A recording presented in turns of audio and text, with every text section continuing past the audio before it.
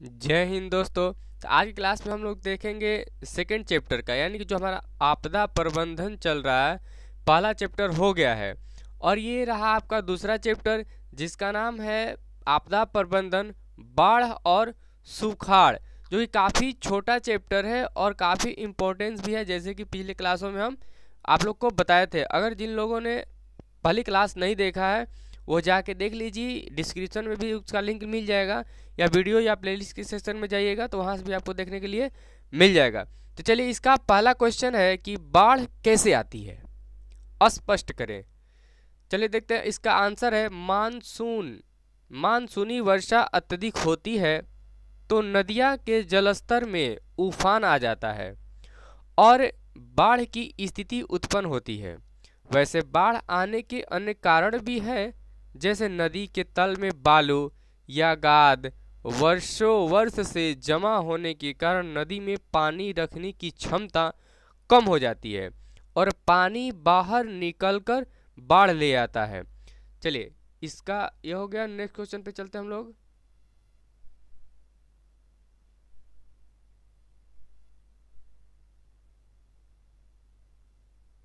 थोड़ा सा इसको बड़ा कर लेते हैं।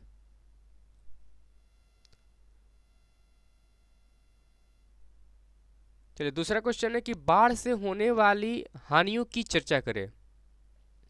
नेक्स्ट क्वेश्चन क्या है कि बाढ़ से होने वाली हानियों की चर्चा करें।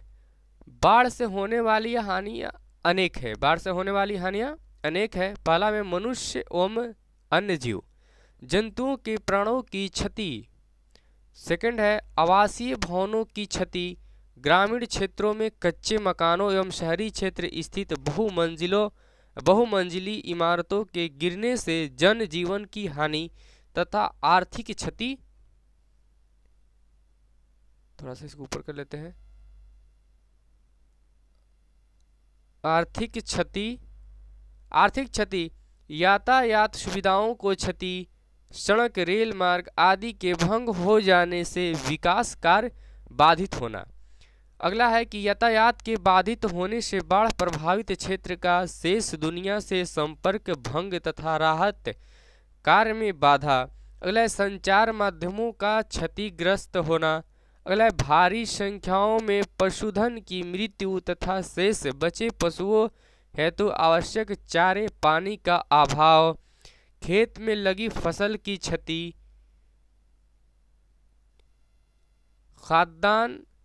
खदान पेयजल तथा अन्य आवश्यक सामग्री की किल्लत से जनजीवन प्रभावित। तो इसका भी आंसर खत्म हुआ और चलते हैं नेक्स्ट क्वेश्चन पे। अगला क्वेश्चन हमारा तीसरा कह रहा है कि बाढ़ से सुरक्षा हेतु अपनाई जाने वाली सावधानियों को लिखें। इसको बड़ा कर लेते हैं क्योंकि ये दिख तो रहा है पर छोटा सा दिख रहा है। चलिए, अब बड़ा हो गया। चलिए, बाढ़ से सुरक्षा हेतु अपनाई जाने वाली सावधानियां को लिखें। बाढ़ से सुरक्षा हेतु अपनाई जाने वाली सावधानियां इस प्रकार है। पहला, उबला हुआ पानी पिए। दूसरा, खाना ढककर रखें एवं हल्का भोजन करें।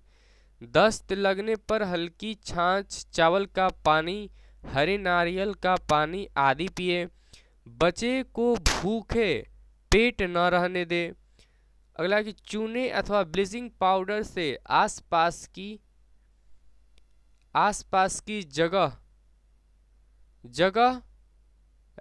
को कीटाणु रहित बनाए, यानी कि कीटाणु को मारने का काम करिए। सांपों से सावधान रहे। चलिए, नेक्स्ट क्वेश्चन पे चलते हैं हम लोग, यानी कि चौथा क्वेश्चन को थोड़ा सा इसको भी बड़ा कर लेते हैं। चलिए, बड़ा हो गया। बाढ़ नियंत्रण के लिए उपाय बताएं। इसका आंसर है बाढ़ पर नियंत्रण हेतु अपनाई जाने वाली सावधानियां इस प्रकार है। तटबंधों को ऊंचा बनाना एवं मजबूत करना, बांध का निर्माण, जलाशयों का निर्माण, नदियों के तल में जमा अवसादों की सफाई करना, वनस्पति अवकरण को बढ़ाना। चलिए, नेक्स्ट क्वेश्चन पे चलते हैं हम लोग, यानी क्वेश्चन नंबर 5। थोड़ा इसको बड़ा कर ही लेते हैं। कह रहा है कि सूखे की स्थिति को परिभाषित कीजिए। सूखे की स्थिति को परिभाषित कीजिए। आंसर है वर्षा की भारी कमी के कारण सूखे या सुखाड़ की स्थिति उत्पन्न हो जाती है। इससे आम लोगों के सामने 3 बड़ी समस्या होती है। पहला, फसल न लगने से खाद्यान्न की कमी। दूसरा, पेयजल की कमी। तीसरा, मवेशियों के लिए चारे की कमी। इस कारण से अप्रत्यक्ष रूप से जमाखोरी खाद्य पदार्थों के मूल्य में भारी वृद्धि और लूटमार की समस्या उत्पन्न हो जाती है। भूखमरी से मरने वालों की संख्या में वृद्धि होती है। चलिए नेक्स्ट क्वेश्चन पे चलते हैं हम लोग। इसको थोड़ा साफ कर लेते हैं ताकि आप लोग नोट कर लीजिए। इसका पीडीएफ भी आपको मिल जाएगा। ग्रुप में जुड़ जाइए, व्हाट्सएप ग्रुप में जुड़ जाइए या टेलीग्राम चैनल से आप लोग ज्वाइन हो जाइए, वहाँ पे भी आपको इसका पीडीएफ मिल जाएगा। चलिए नेक्स्ट क्वेश्चन पे चलते हैं हम लोग। क्वेश्चन नंबर 6वां क्वेश्चन कह रहा है कि सुखाड़ के लिए जिम्मेवार कारकों का वर्णन करें। क्वेश्चन क्या कह रहा है? सुखाड़ के लिए जिम्मेवार कारकों का वर्णन करें। सुखाड़ के निम्नलिखित कारक जिम्मेवार हैं: वर्षा की कमी, नहरों तथा तालाबों की कमी, बिजली की कमी, बोरिंग की व्यवस्था का अभाव। बोरिंग की व्यवस्था का अभाव। चलिए नेक्स्ट क्वेश्चन पे चलते हैं हम लोग। Question number 7। चलिए इसको बड़ा कर लेते हैं। चलिए अब ठीक है। चलिए अगला का ये कह रहा है कि क्वेश्चन सुखाड़ से बचाव के तरीकों का उल्लेख कीजिए। आंसर है सुखाड़ से बचाव के निम्नलिखित तरीके हैं। पहला, संघनन वृक्षारोपण द्वारा वन क्षेत्र में वृद्धि करना। दूसरा है वर्षा के जल का संरक्षण। तीसरा है जल विभाजक योजनाओं को बढ़ावा देना।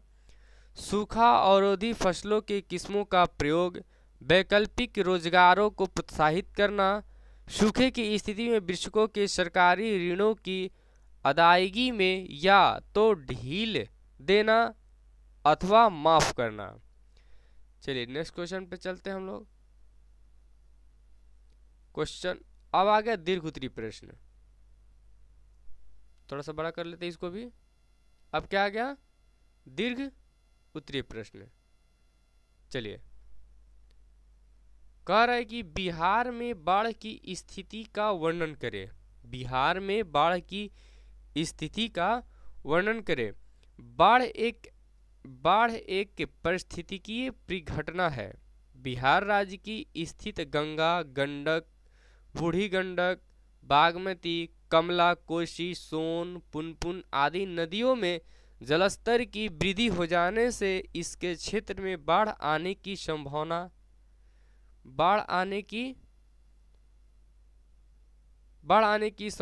बनी रहती है। यहाँ तक कि कोसी नदी को तो बिहार का शोक कहा जाता है। बिहार के कुल भौगोलिक क्षेत्रफल का लगभग 64% भाग बाढ़ से प्रभावित रहता है। हर वर्ष बिहार में बाढ़ त्रसादी बनकर आती है एवं जन धन को अपार क्षति पहुंचाती है। बिहार के बाढ़ प्रभावित क्षेत्र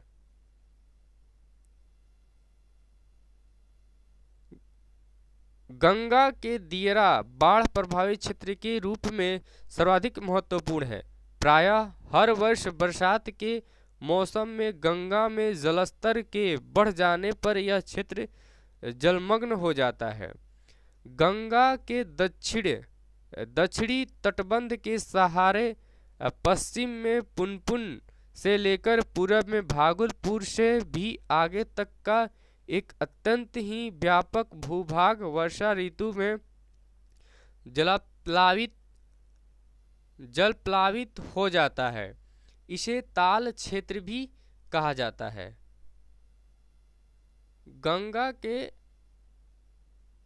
गंगा के दक्षिणी तटबंध के सहारे पटना के इर्द गिर्द के हर साल जल प्लावित हो जाने वाले क्षेत्र को जल्ला कहते हैं। वैसे तो उत्तर बिहार के शेष हिस्से में भी अक्सर जल प्लावित हो जाते हैं।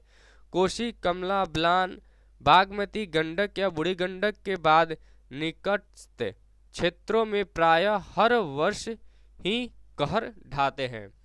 चलिए, तो इसका भी आंसर कंप्लीट हो गया। इसको थोड़ा सा साफ कर लेते हैं ताकि आप लोग अच्छे से लिख पाए। वैसे आपको पीडीएफ मिल जाएगा, आप ग्रुप से भी जुड़ जाइए, चैनल लिंक से भी जुड़ सकते हैं, इसका लिंक डिस्क्रिप्शन में दिया गया है। चलिए हम लोग नेक्स्ट क्वेश्चन पे चलते हैं। अगला हमारा क्वेश्चन है दूसरा। चलिए इसको भी थोड़ा सा बड़ा कर लेते हैं। बाढ़ के कारणों एवं इससे सुरक्षा संबंधी उपायों का विस्तृत वर्णन कीजिए। ये वर्णन करने के लिए कह रहा है। उसका उत्तर है मानसून वर्षा अत्यधिक होती है तो नदियां के जलस्तर में उफान आ जाता है और बाढ़ की स्थिति उत्पन्न होती है। वैसे बाढ़ आने के अन्य कारण भी हैं, जैसे नदी के तल में बालू या गाद वर्षों वर्ष से जमा होने के कारण नदी में पानी रखने की क्षमता कम हो जाती है और पानी बाहर निकलकर बाढ़ ले आता है। कहीं बांध के टूटने से भी बाढ़ आती है। बाढ़ से सुरक्षा संबंधित उपायों का वर्णन निम्न है। उबला हुआ पानी पिए, खाना ढककर रखें एवं हल्का भोजन करें। दस्त होने पर हल्की छाछ, चावल का पानी, हरे नारियल का पानी आदि पिए। बच्चे को भूखे पेट न रहने दे। बाढ़ के पानी से बचे। यदि जाना पड़े तो अपने पैरों में कुछ पहनकर जाएं। पानी की गहराई या धार को डंडे से माप ले। घुटनों से ऊपर पानी में प्रवेश न करें। चूने अथवा ब्लीचिंग पाउडर से आसपास की जगह को कीटाणु रहित बनाएं। बाढ़ के पानी से भीगे हुए खाद्य पदार्थ न खाएं।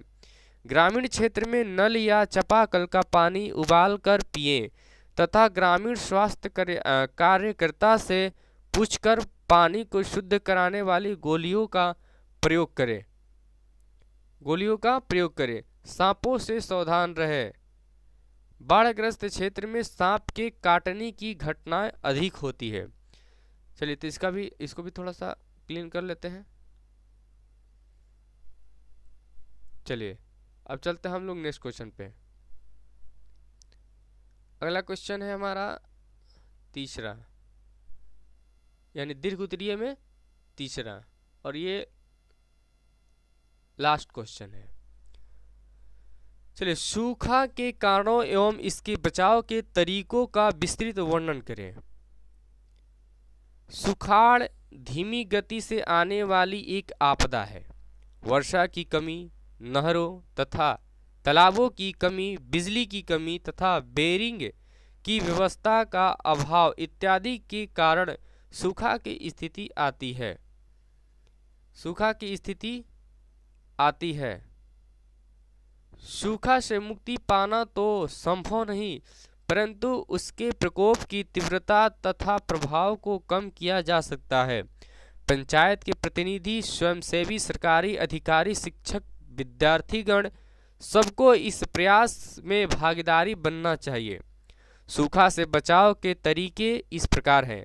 सघन वृक्षारोपण द्वारा वन क्षेत्र में वृद्धि करना, वर्षा जल संरक्षण, जल विभाजक योजनाओं को बढ़ावा देना, सूखा अवरोधी फसलों की किस्मों का प्रयोग, वैकल्पिक रोजगारों को प्रोत्साहित करना, सूखे की स्थिति में कृषकों की सरकारी ऋणों की अदायगी में या तो ढील देना अथवा माफ करना, फसल बीमा योजना,